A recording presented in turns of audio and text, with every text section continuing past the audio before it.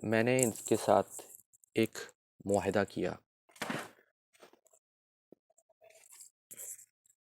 अस्तगफिरुल्लाह इन्नल्लाह गफूरुर रहीम। ये जो चीज़ होती है ये इनके खाने की चीज़ होती है।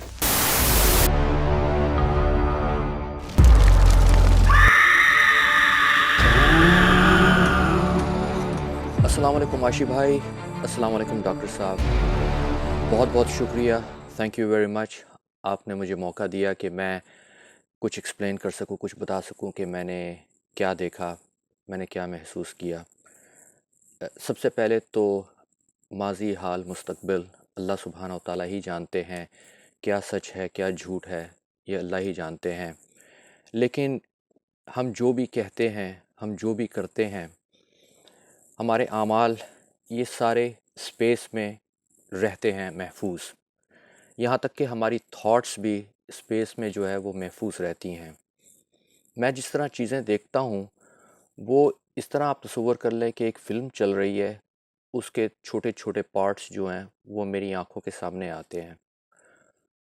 और जब बहुत सारी इन्फॉर्मेशन इकट्ठी हो जाती है तो मैं उसको कंज्यूम करके ये अंदाज़ा लगाने की कोशिश करता हूँ कि क्या हुआ होगा और क्या हो रहा है।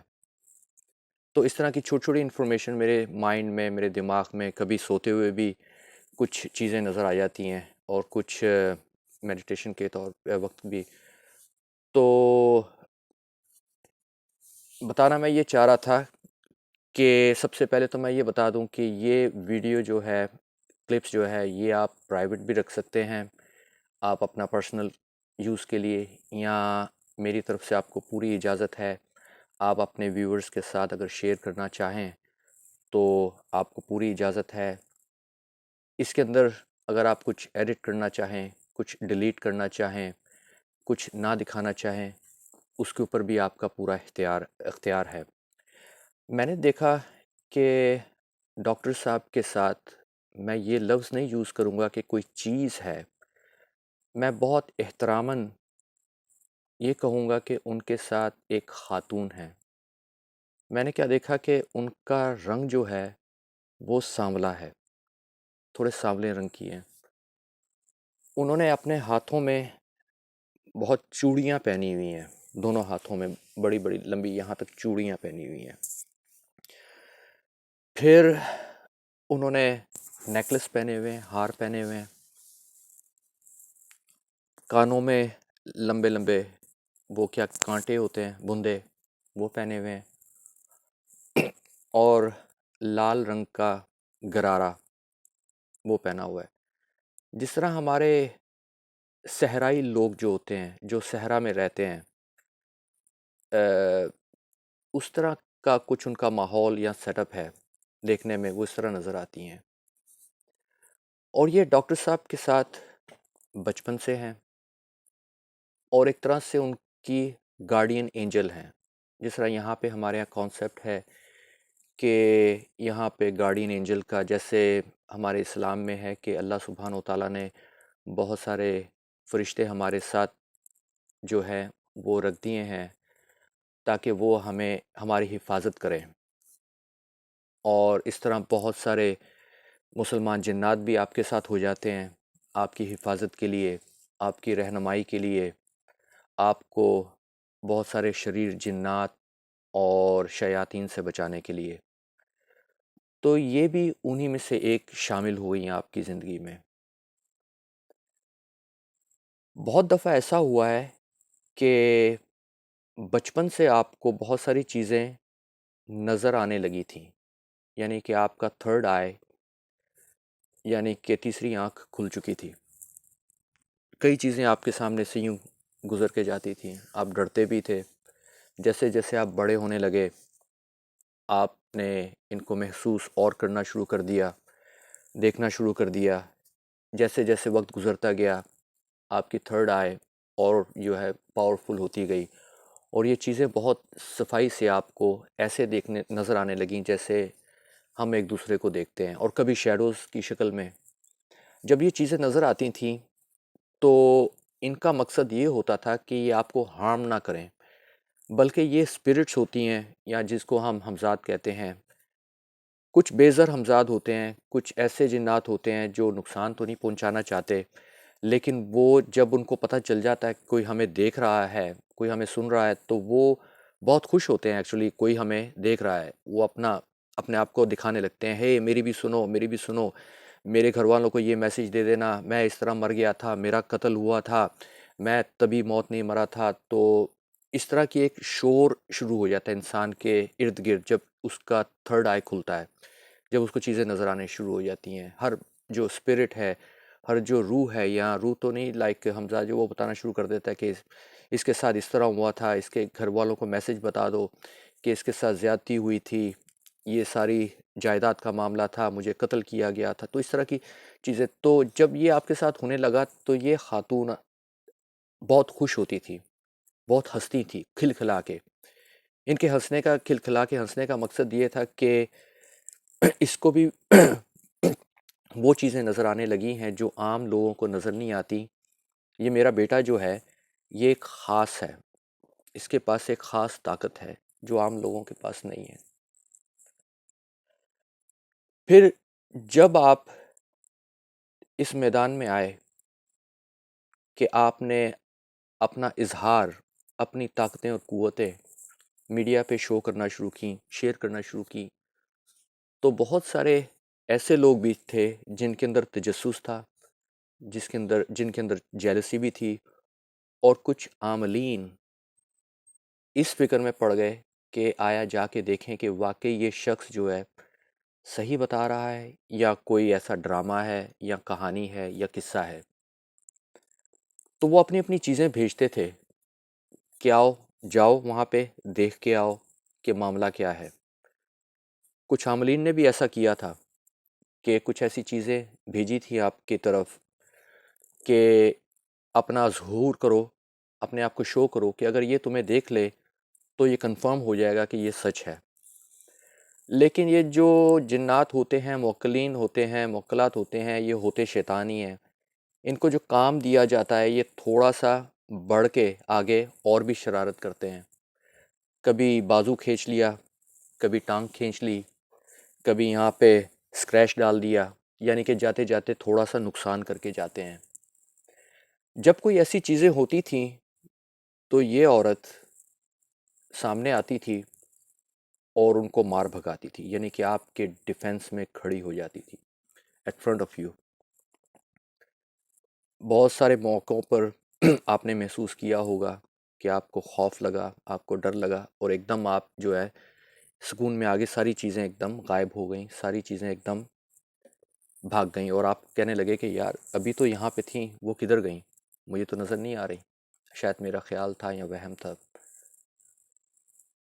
कुछ मौक़ों पे ऐसा भी हुआ है, जो मैंने देखा है कि कुछ आमलीन ने कुछ ऐसी चीज़ें भेजी थी जो आपको सख्त नुकसान पहुंचा सकें, क्योंकि उनको ये फ़िक्र पड़ गई थी कि अगर ये इंसान इस मैदान में कूद पड़ता है कि हम किसी के ऊपर काला जादू करते हैं, किसी के ऊपर इल्म करते हैं, और वो शख्स इनके पास आता है, तो इसके पास इतनी पावर हो जाएगी या है कि वो हमारे अमल को ज़ाया कर देगा।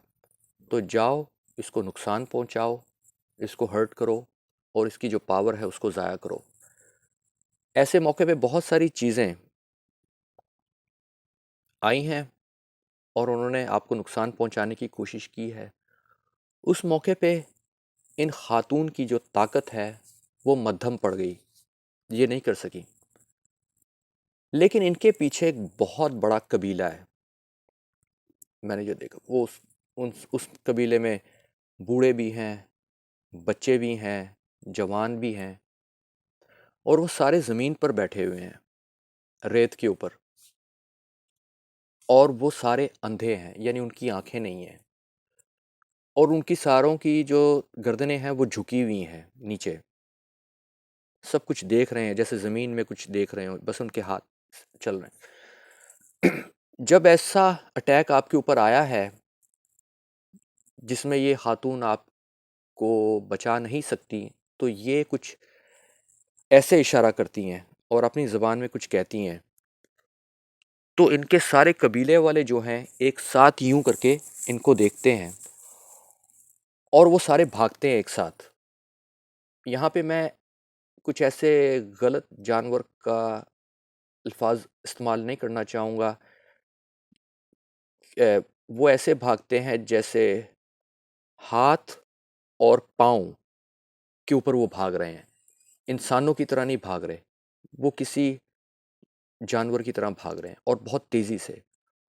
और वो चीज़ें जो आपको नुकसान पहुंचाने आई थीं, ये उनको मार भगाते हैं और उनको हाथों से नहीं मारते बल्कि उनको अपने दांतों से नोचते हैं। बहुत ही अ, ऐसी सिचुएशन कि उनके दांतों से नोचना और उनका खून निकल जाना और फिर वो एकदम वापस अपने कबीले में जाके बैठ जाते हैं। अच्छा, फिर जब ये होता है तो मुझे तजस्सुस बढ़ता है कि मैं जानूं कि ये खातून कौन है, ये क्या है, कहाँ से आई। फिर मैंने थोड़ा सा मांगा अल्लाह मियाँ से, थोड़ा जो है मेरा क्या नाम उसका रिमोट व्यूइंग, उससे मैंने देखा पास्ट में जाके, तो मुझे एक तस्वीर नज़र आई आपका बचपना। जब आप 9 साल के थे, आप बहुत खूबसूरत हुआ करते थे। माशाल्लाह अभी बहुत खूबसूरत हैं, यानी कि जब आप बच्चे थे बहुत गोल चेहरा आपका, सफ़ेद, बहुत ही सीधे रेशमी बाल, और आप जा रहे हैं किसी बुज़ुर्ग के साथ। वो बुज़ुर्ग जो है उनकी दाढ़ी है, चश्मा है और उन्होंने सफ़ेद टोपी पहनी हुई है और वो आपको लेके जा रहे हैं किसी मज़ार पर, किसी बुज़ुर्ग के मज़ार पर जा रहे हैं, जहाँ पे ग्रीन उनके मज़ार के ऊपर चादर चढ़ी हुई है। आप जाते हैं उस मज़ार में तो आपके अंदर थोड़ा-सा ना डर, खौफ़ पैदा होता है उस मज़ार को देख के, कि कहीं मुझसे कोई गलती ना हो जाए या बेअदबी ना हो जाए।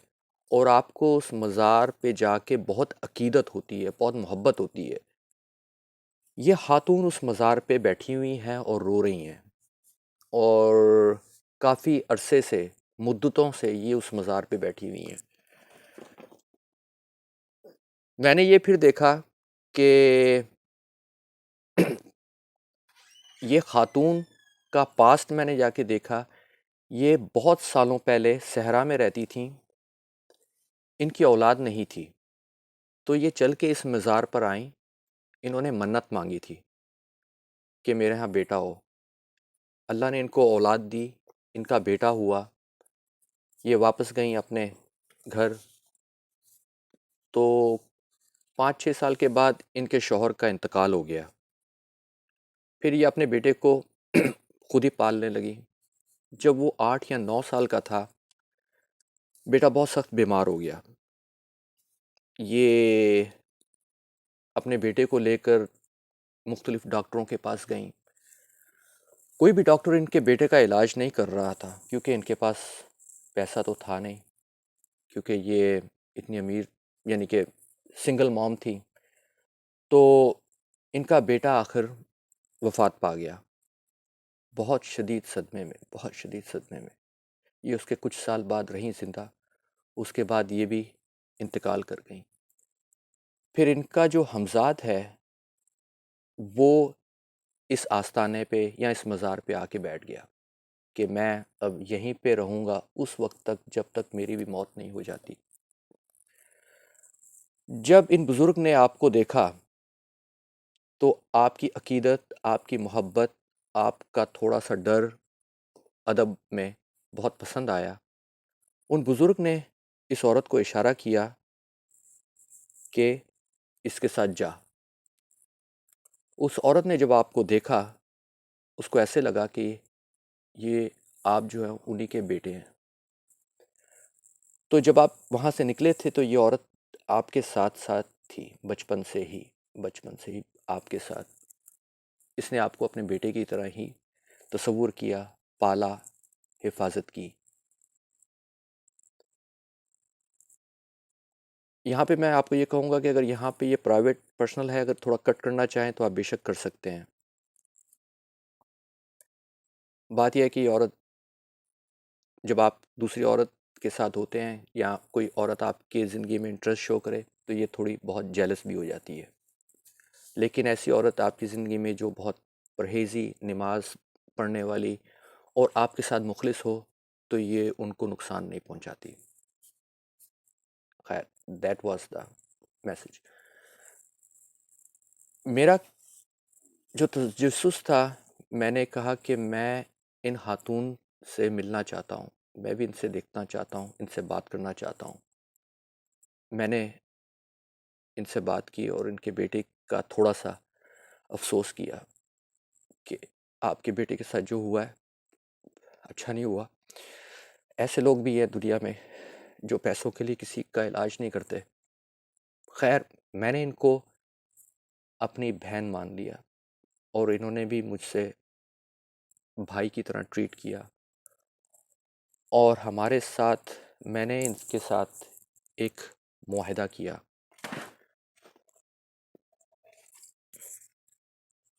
मैं यहाँ रोकता हूँ, मेरे ख़्याल में इतना काफ़ी है। इंशाल्लाह आप ख़्याल रखें। अस्तगफिरुल्लाह इन्नल्लाह गफूरुर रहीम। ये जो चीज़ होती है ये इनके खाने की चीज़ होती है।